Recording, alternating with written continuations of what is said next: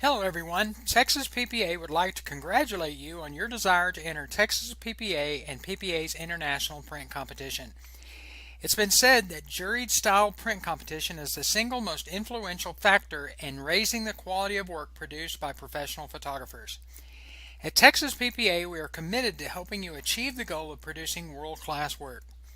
Print presentation is one of the 12 elements you're being judged on. The mat around the image falls under that category. Without it, an image looks unfinished. Mats give a more polished look to your image, resulting in a higher print competition score. One of the tools Texas PPA has created to help you is the Print Competition Mat Set. The mat set is designed to take much of the guesswork out of finishing off a piece being prepared for print competition. It's our desire that you'll use this tool to help you progress in your print competition entries and eventually learn to create the presentation mats for yourself. These mats are free to use for all Texas PPA members as a member benefit. At Texas PPA, we're committed to making you a better photographer. In this tutorial, we'll talk you through the steps of using print competition mat sets, adding or changing colors to match your image, and design a piece worthy of a merit level score.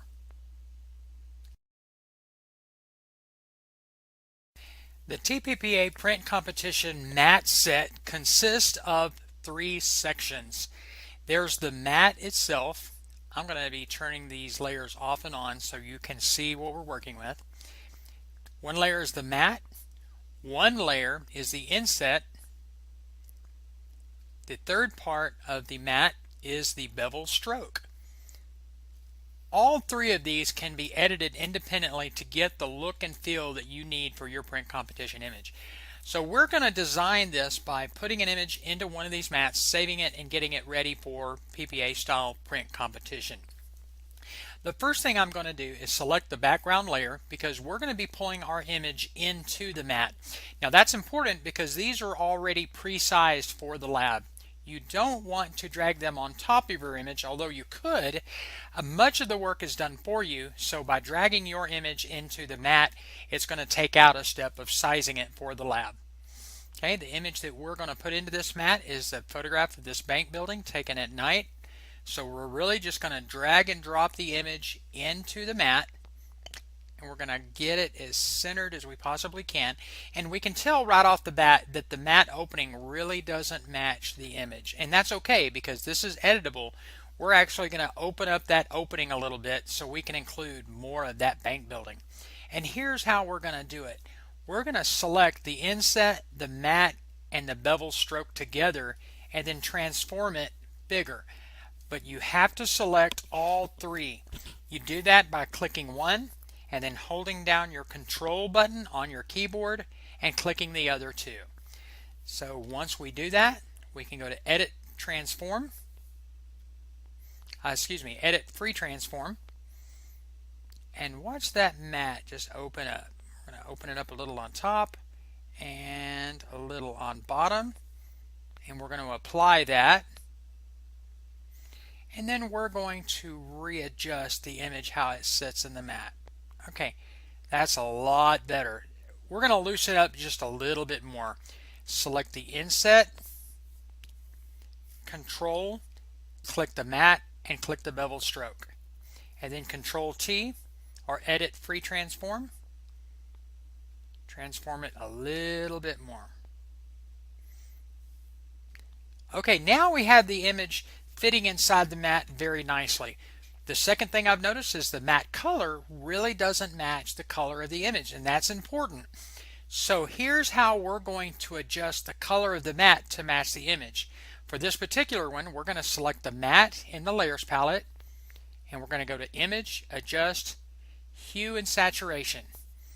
And we're going to adjust that hue slider about to +10.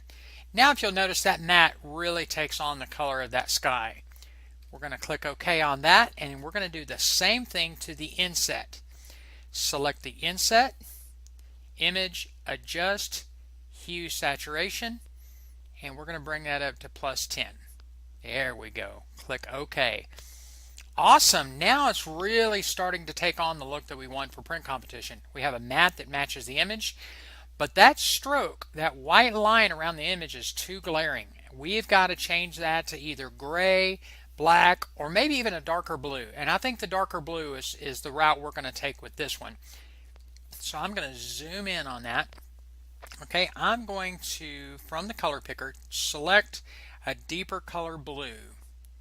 Okay, almost black, and click OK. Now before we can get color into the stroke, we need to select the stroke. Hold down your control button on your keyboard and click the preview in the layers palette. And you'll notice it puts dancing ants around our stroke, and then we can fill that by clicking Edit, Fill, Foreground Color. Oh, let's try to be on the right layer for that. Edit, Fill, Background Color. There we go. Awesome. I really like that. That dark blue really looks good. Okay, there is a finished piece that has our image, an adjusted color matte, an adjusted color fillet, or some people call it an insert, and then our stroke that goes all the way around the image.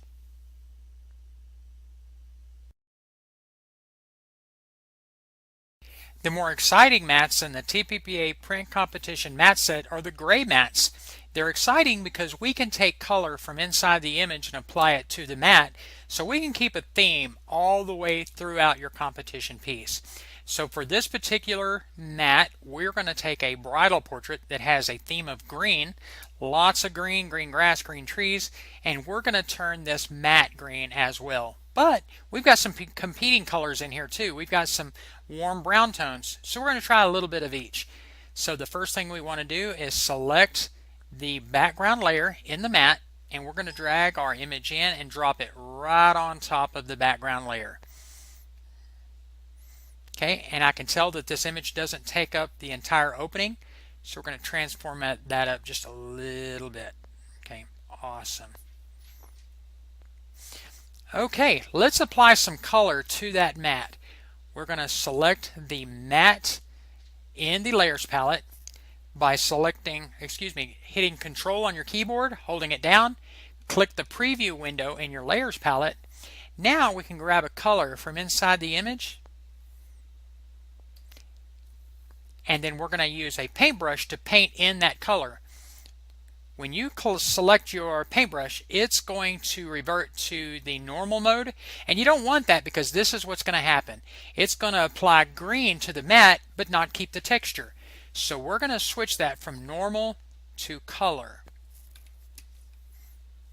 Let's get rid of that green. We're going to select from normal to color, and we're just going to take a swipe all the way around that. And you're going to notice that now the color isn't applied quite so heavy-handed. It's much more subdued, and that looks great. Okay, again, we're on the paintbrush, and the mode is on color. Okay, now we're going to apply the same thing to the inset. So go to the inset layer, hold down your control button, click the preview window, and let's select a little bit darker green. And then we're just going to take a swipe all the way around that image. Let the computer catch up to us. Oh, nice. Very nice. Starting to look good, but that stroke is still too out there. It's too bright. It needs to be darker, and it still needs to keep the theme of the image. So we're going to select an even darker green. Okay.